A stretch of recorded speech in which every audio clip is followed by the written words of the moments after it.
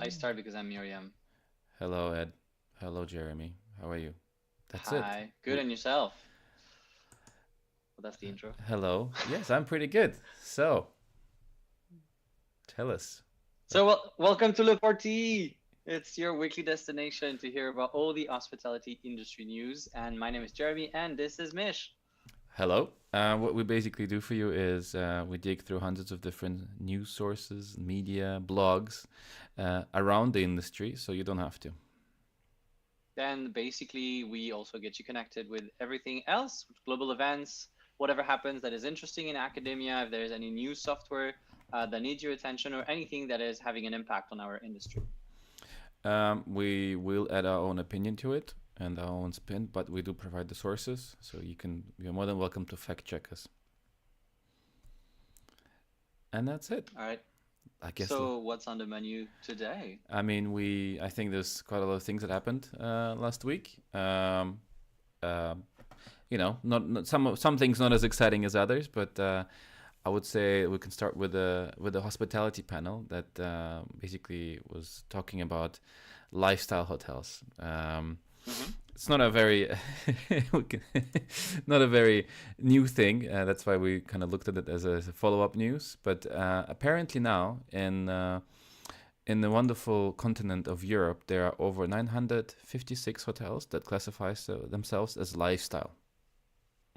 So, out of those, there's 66 brands, right? So, quite a lot on the board. At least 66 different lifestyles you can lead by booking the correct Wow. hotel. It's I, like, should I dare to say there's a lifetime per gender, or is it too early? yeah, not quite sure. Point is though, um, out of sort of all the different uh, you know brands, sort of the top 10 lifestyle hotel brands, out of those the six are belonging to the big chains, right? So it's something like the big corporation telling you, hey, we understand your lifestyle, follow us, right? So not we can say the majority of these brands aren't really let's say independent. Well, 10 years ago, you had to be a boutique hotel. Now you have to be a lifestyle hotel. So, yeah, it's always interesting and confusing what people call a boutique or like a lifestyle hotel. How how would you define a lifestyle hotel, lifestyle property? I mean, it has to have really cool writing on it. It has to have weird furniture pieces that nobody really wants for their home, Yeah. and it has to Okay. have people working there that will address you in an informal way, right? Yeah, they have tattoos and like a lot of pins in the uniform. Okay. Yes, and they So have basically, and, it's a not boring hotel. Is that what we're saying? yes, and they smoke an e-cigarette while they check you in. I think that would Oh be wow, that's so modern. yeah, Love it. yeah, dude. I mean, what what else do you want? Okay, I think the most important thing is there's so many different lifestyle choices you can make now, right? And there's the correct brand that you can choose for you, to do that. For example, I mean, some of them are pretty cool, right? Like the W is basically a party Okay, hotel, right? So yes, there's not it nothing else is. to it. It works. It's a party hotel. If you want to party and your It lifestyle is partying, then the W is definitely for you, right? And then really is. there's obviously smaller brands, but I mean Autograph, right, is kind of the Marriott's choice of just dumping all the boutique hotels into one basket. And I don't know if you can call that lifestyle. It's just, yeah, as you said, boutique. Yeah, it's easily opposable to typical Marriott, typical Sheraton, because every single room is the same on Marriott. A Marriott hotel is going to be exactly the same everywhere in the world, which is great because it means standards of quality, same standards for mattresses, sanitation, all these things. So that's great. And I feel like the hospitality world kind of loved that before because you would have your common catalog of goods that you can get from all around the world. It means that you shrink your costs, you make more margin, and the same quality is the same everywhere. So you have a very big consistency. Then we want it to be boutique because oh, boutique is so cool. I actually love this coffee table. I want to buy it, and you can buy it, but nobody does that anymore. Or anyway, but I guess that was the cool part of it. And now we have to be lifestyle in opposition to regular boring type of hotels. Some of them dare to say that it's an experience more than a stay, which I find despisable because it is a stay. So yeah, that's I look at this with I understand the point of, hey, we're gonna try new things, we're gonna try new design. There's definitely something different about this hotel. It's just I feel like it lacks a definition of what a lifestyle hotel is. So everyone talks lifestyle, everyone says lifestyle. It always goes in the same basket, but it's difficult to define it properly. So it's cooler and more expensive, basically, which is fine. It's a decent positioning on the market. I'm fine with it. I like it, but there's no official scholar definition for it, and I feel like everyone is playing with it. Yeah, I mean, there's no certification. There's no one going around checking your lifestyle and and certifying you as a lifestyle hotel, which is fair enough, right? I mean, I think that's what we've put in the newsletter, right? That But on the opposite, hotels have certification. They have ISO. They have the star system. Right, but this grading exists, but the lifestyle hotel, they just don't even bother. Their lifestyle, they're cooler. So. I mean, yeah, certification is also for more factual things, what sized room do you have, or, do you have a pool, do you have a breakfast, all those things, exactly. right? Of course, but you cannot appreciate the coolness of furniture or the coolness of that green painting over your bed, or, the check-in guy that smokes an e-cigarette, or there's no certification. Or the upcycled furniture made out of plastics that was, swimming somewhere in the ocean, something like that. Yeah, that. So I think on that note, we can move on to the next piece of news. What do you have? You think you would like to talk about in specific? Yeah, sure. I do have some cruise ship stuff as usual, and I'm sorry for this. Apology not accepted. The cruise ship world. Well, that's sorry. You're gonna have to go with it, or you have to stop inviting me. So something funny happened in Japan, where there's this Turkish guy that jumped out of the ship when the ship was in port. This happens actually rather often. Most of the time, people are doing it as it's fun. I'm jumping from my balcony cabin. Haha, it's very high, and they actually risk dying.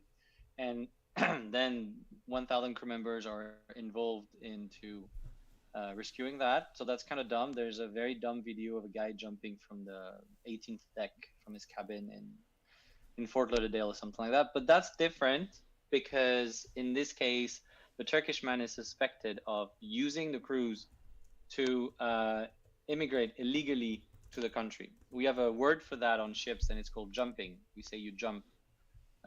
So this guy allegedly was jumping in Japan. So he used the cruise as a way to get physically there, and then he wanted to sneak out. That's what the police is suspecting. So there's, of course, procedures against that are done by cruise ships to prevent crew members and guests to jump. But ultimately, if the guy goes ashore and he doesn't come back, there's nothing that the cruise line can do except reporting it to local authorities. But my question is, why would you not just walk out and then just quietly disappear? Where did you have to jump? Literally. So I thought it was quite of an amusing piece of news, except that he probably almost, he risked his life. It's very, very dangerous to do that. Do not do this. Do not jump overboard ever. But he tried it out. So I thought it was worth sharing. I mean, also, if it was in Japan, I don't think they're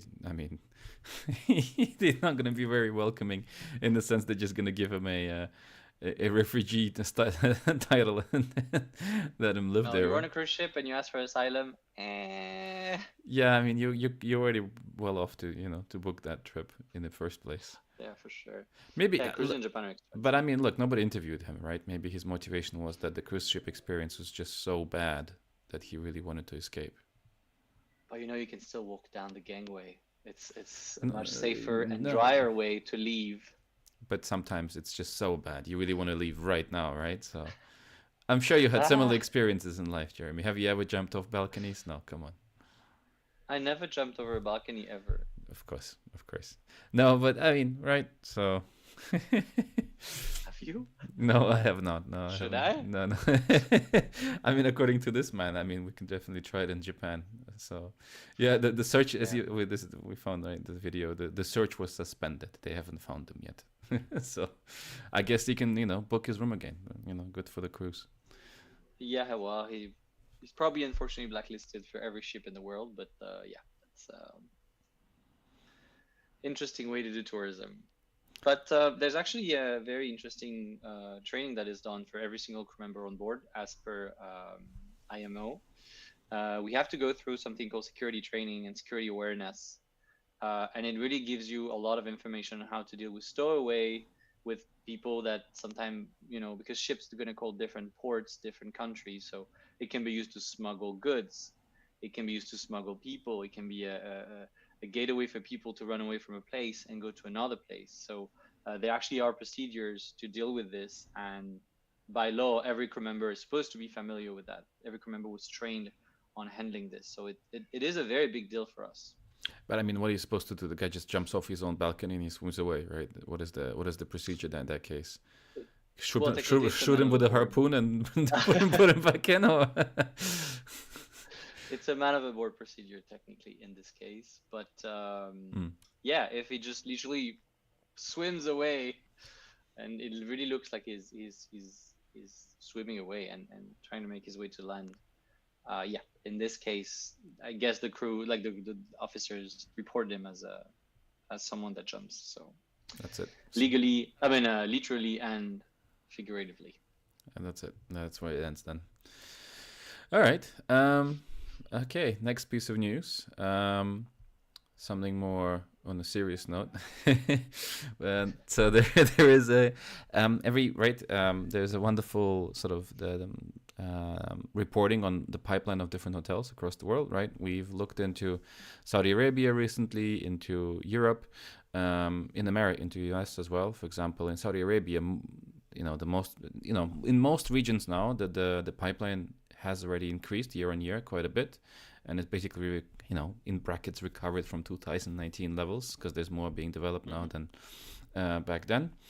But it's interesting to note, which types of hotels are being developed per region. So in Saudi Arabia, we saw recently the report said that it's mostly upper scale, sort of, high class hotels, which, I mean, maybe self-explanatory. Surprising. And in Europe and the United States, it's mostly mid-scale. Right, so middle class kind of type of hotels, right? Most of the for the majority of the people who live in Europe and in the United States, and apparently, so in Latin America now, well, first of all, the news is within the pipeline that they have officially, that they're officially tracking, around 50% are under construction, right? So because a lot of the properties are, if they're in the pipeline and they're signed, it might take a year or so more for whatever permits and anything else to come in. But within that, it's still, for Latin America, most of the hotels that are being developed are within upper scale category, so upper mid scale category, which to me is, I guess, Surprising. I mean, in a way, it makes sense. It could also be the fact that, right, how this is being tracked, right? Let's say someone is opening up a small budget motel somewhere. It's not part of a chain, right? They're not going to announce it somewhere. They might have, It's not recorded. yeah, right. So we don't know the regulations in different countries, because this is obviously all of Latin America, right? Maybe just some stuff like this just goes completely unnoticed, right? So in a way, you could say that this report is what trackable hotels are being currently opened. Nonetheless, right? I mean, Latin America, you can see, is recovered, right? So there's a 11% increase year on year. And I mean, also, if you think about it, currently there's 594 projects in development, right? For the last quarter, let's say 2023, right? I have a feeling if you take all of Latin America, I'm sure there's way more hotels currently being opened, right? Very likely, yes. Right. So it's maybe more likely some, let's say big official chains are, and any companies that are submitting official building permits and so on. Those are the ones that are being in the loop. So, but yeah, we can see that the industry is recovering. So that's positive for sure. It's actually I selected a report on that as well. But the one is in Canada. We'll get to it after, I guess. But yeah, during COVID, everyone was saying that we will never recover from that, blah blah blah. And then we realized that 3 days after, everything is full. The revenue per available room is increasing 20%.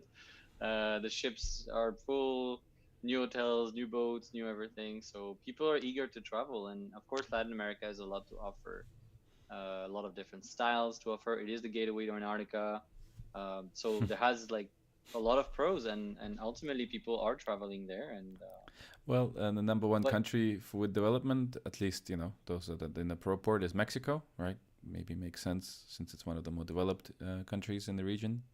And then it's followed, you definitely, know, yeah. by countries like Brazil and you know, Dominican Republic is pretty high up there. But yeah, Guyana has 13 projects. Interesting. yeah. But it's still though, right? It's quite interesting. If we would take this for face value, right? The majority of people who live in Latin America are not gonna stay in, as it's mentioned here, luxury upper scale Yeah. projects, right? It's kind of funny because, as you said, there's probably a reporting issue because in Sao Paulo, Brazil, which is a gigantic tourism city, there's 12 projects. And okay, fine, almost 3,000 rooms. But in Guyana, which is super tiny, 13 project and almost the same amount of rooms. So for sure that I mean, it looks. I think you're right. This might be a little data input uh, issue on that, but Also, the it's older. great. All this is probably driven by foreign tourism and northern tourism. But good for them. They deserve it. They're fantastic places with amazing cultures that really need to be discovered and experienced. So I think it's great that this continent is powering up on tourism and is investing a lot into hotels. So Yep, works for them for sure. All right. Do we I've have? never been to Brazil. You can. I was lucky enough Good to go planning. there in brackets during the World during the FIFA Cup in 2014. Ah, It was I was not like the not world. Mm. not a best time maybe to go there when when it's the most expensive prices and one of the highest traffic I'm sure the country's ever But it experienced. was fun, no? Yeah. I mean, right. Everybody has their own experiences. I didn't stay in lifestyle hotels, so but I had my own Oh, lifestyle. wow. Maybe How that's why. boring. Yeah, exactly. I didn't stay in a W. Maybe I should have. All right, Well, make sure to stay in Paris for the Olympics. We're more than happy to welcome you back. and get some bed bugs experience, Nope, which is we current. don't have that. No, Uh, that's very, very finished, and that actually came from the UK. But anyway, carry on. blame the British. On that note, Of course, you have always. anything else for us that you want to share? Yeah, interesting. We can talk about the NFTs, for instance. Mm-hmm. I read into this piece of news that was telling, it was pretty much, telling the story that there's a new upscale Eva hotel that's going to open in Cancun, a lot of rooms, pools, private beach, and an NFT bar. So I came to ask myself, to wonder what in the world is an NFT bar and why does this thing even exist?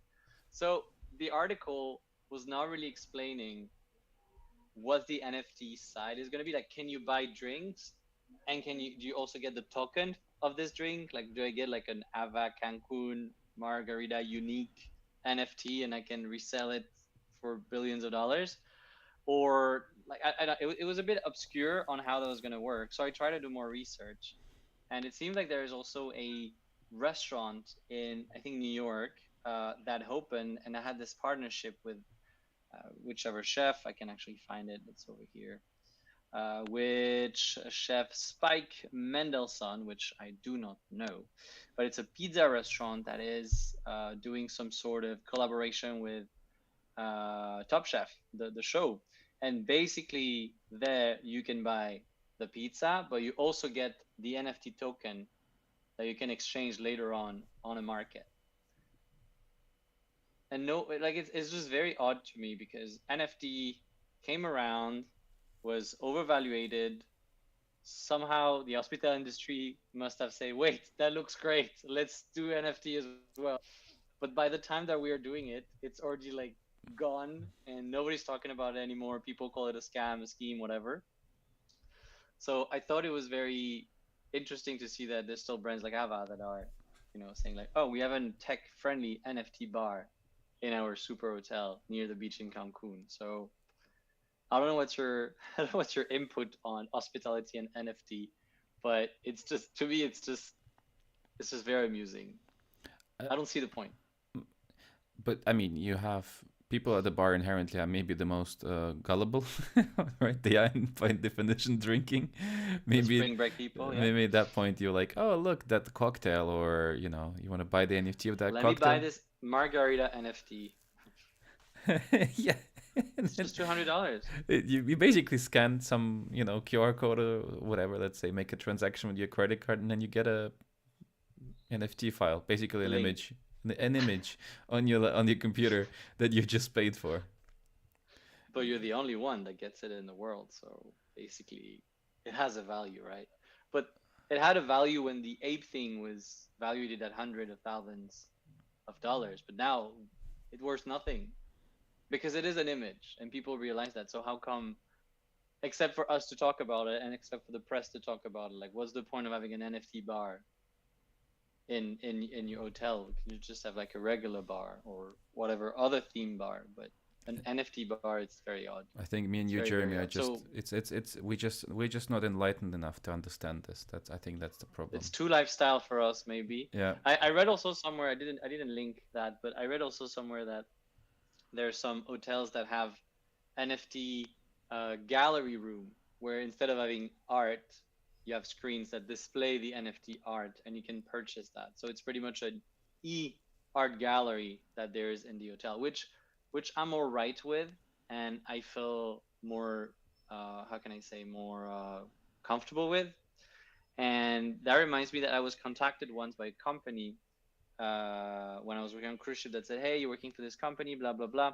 What we are doing is we are selling installations of super duper 8K gorgeous massive TVs, and we control them from remotely from our office, and we can display whatever playlist of pieces of art you want on it, based on your moods, based on planification. We can also have random keywords, all this. So it's it. Were there NFT? No, but it's kind of funny that art is getting more digitalized, and that the hotel industry has not, has seen come in and it has adopted it because it exists. It's there. But the NFT thing, I don't get. I don't get why we're still trying to sell NFT in hotels. Why did we even start in the first case, in the first place? What's the point? I I think you I do not have the answers to this, but we'll see. I mean, if it works, right? If some of this kind of stuff works and it turns out to develop extra revenue, right? Even if it's not so noticeable on the bottom line, then other companies are gonna adopt it, and then you can start buying NFTs everywhere in hotels. That could be, a potential, right? People do buy a lot of not crap, but stuff in hotels, right? Whether it's art or furniture pieces or whatever they liked while they stayed there, right? Maybe they liked something, and it is a common thing, right? There's hotels that are entirely filled with art and everything is for sale, right? And it kind of works. So um, Yeah, but because it has value, there, because yeah, but it is like an actual it has work behind it. well, in your eyes, right? If you have art that is Oh, right, if it's a physical piece of art, for some people it has value. For some reason, for some people it doesn't. In my well, opinion, more than an ape, more than the board ape, it's the JPEG. maybe people will value that more in the future. It doesn't Maybe cost, I'm too old-fashioned. right? We're talking about it. We're I talking. hope that you enjoy the kids screaming and being tortured in the in the corridor. Sounds very. I was gonna, it's the perfect. Just finish him already. Yeah, I was gonna say. I'm not sure what's going on in there, Jeremy. Would you like to explain yourself, The or? Philippines. I see. I see. It's just normal, right? Okay. Well, I think on that note, we can maybe finalize this, right? And let's go to Yes. the next piece of news. Sure. What I have for you is an academic paper that we were looking at recently. I'm sure you will be just as excited as I am about academic papers. But I mean, as part of my job that I'm currently doing, right, was trying to put together quite a lot of sort of sources and try and understand the target group for a certain market, and found a lot of different academic papers that are released on this topic, right? When you often find reports on gas or or on any trend in the industry, it's very, very, very much surface level, right? Some company somewhere asked 1,000 guests if they like holidays. Yes, we do. Great. Well, this one uh, actually looked into backpackers, specifically Danish backpackers, and looked into the motivations that these backpackers have when they travel. So they basically looked at over 40 different motivations based on other academic papers where people said, well, backpackers like volunteering, backpackers like to experience themselves, and so that's topics like this. And they went out and basically surveyed thousands of different backpackers. You can look the total breakdown. Sorry, not thousands, but it's definitely up there.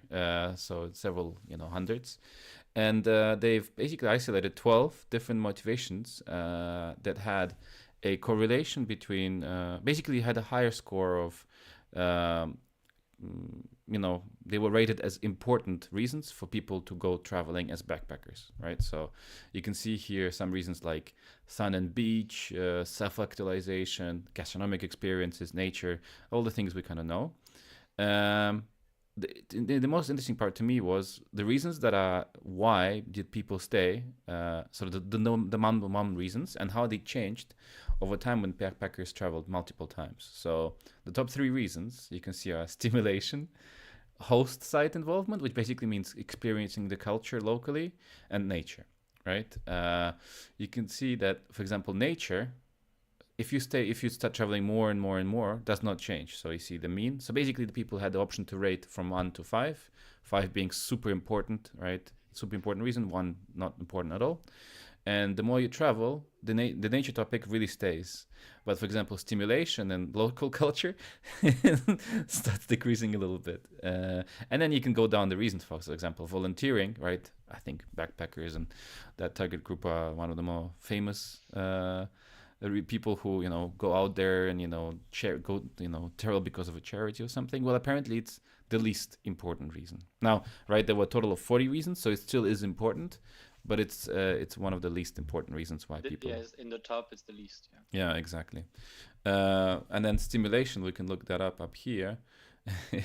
Right, it's kind of a group category. So stimulation is having fun, having once in a lifetime experiences, and exploring the unknown. So that's for the initial target group. So the people who travel for the first time as backpackers is the number 1 reason why they would go on a hostel experience, right?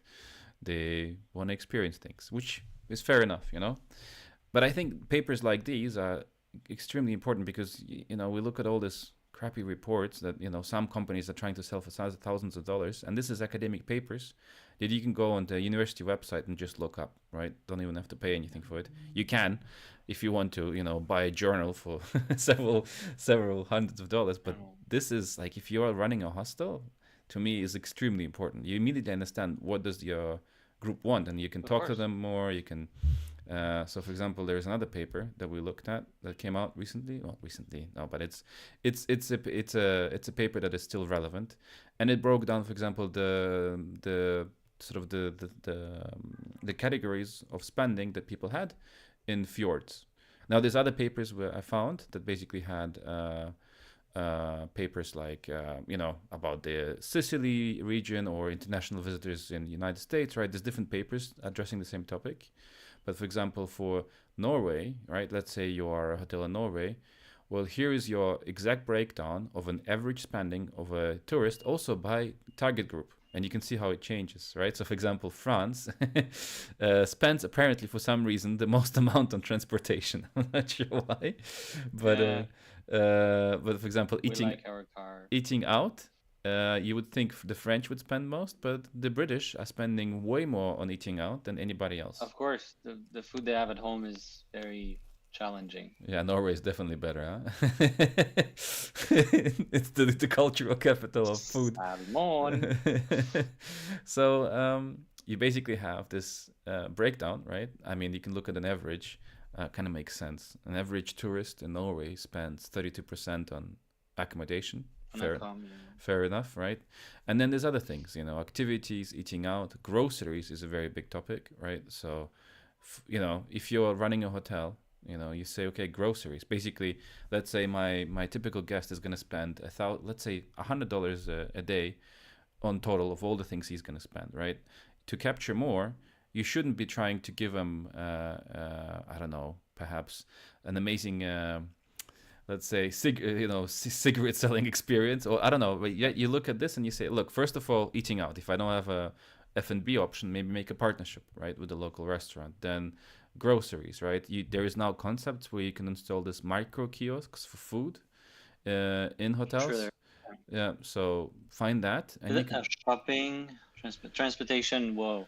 You Yeah, can definitely have your little park of cars or motorbikes, even though for Norway, motorbikes maybe not, but maybe or you can have a partnership with another local branch for sure. I see where you're going, and it's very smart. Yeah, right. So it's very useful. this kind of stuff, I feel like, is for our fellow listeners and viewers, right? Is by far way more valuable than what we often find on various paid business-oriented sources. So, and how you do this And we is, have to pay for it. yeah, you simply go on Google Scholar, type in Yeah. whatever you want, region, topic, accommodation, and go through, let's say, 2-3 pages of papers, and you'll find very valuable sources that often are publicly available, right? You can, through Google Scholar, you have publicly available PDFs that are not paid. So, And ironically enough, there's a lot of newspaper that you can, newspaper you can buy for that. But if you're looking for a specific paper, you can just email a university and say like, hey, I'm doing research on that. Can you please email it for me? And they will be happy to email it for free yep, yeah, because they don't make money out of it. It's research. The newspaper are making money out of it, but not the university. So most of the time they'll be happy to email it for free. So that's or actually very answer your smooth. questions if you don't understand something, right? So, Also, yeah, definitely. all right, on that piece of news or piece of academic knowledge, I think we can go into the last one. You mentioned Canada, or is anything else you would like to? Yeah, well, it was a little bit connected to what you said before regarding how the industry is going economically, and I came on this report by Collier technically, which is Yep, I think I don't know if it's a think tank or an investment company, I think they're but consulting basically what actually they're as well. saying, yeah, They did yeah, it. true, yeah.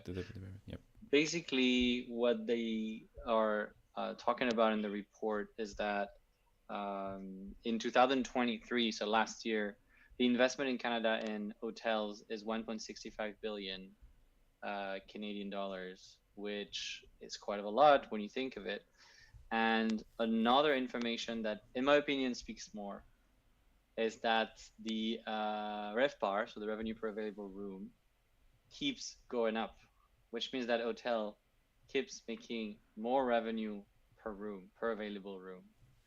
And that is very, very, very impressive for me because we are going through inflation. We are going through, salaries are not following up.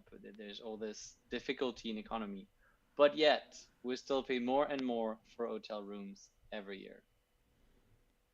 And that to me is very impressive.